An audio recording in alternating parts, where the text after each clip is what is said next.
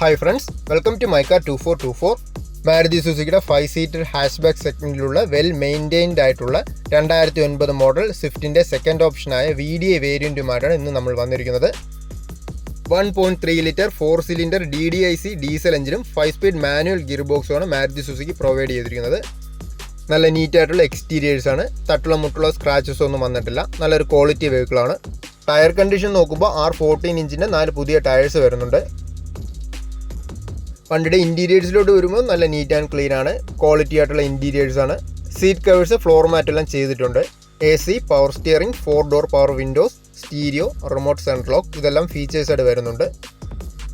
KL16 ആറ്റിങ്ങിൽ രജിസ്ട്രേഷനിൽ വരുന്ന 2009 model, third ഓണർഷിപ്പിൽ 1,17,400 kilometre run ചെയ്ത വെഹിക്കിളാണ്.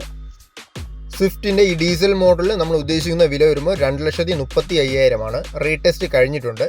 7/9/2024 വരെ ഇൻഷുറൻസ് വരുന്നുണ്ട്. കൂടുതൽ ഡീറ്റെയിൽസ് അറിയാൻ കോൺടാക്ട് നമ്പറിൽ കോൺടാക്ട് ചെയ്താൽ മതി.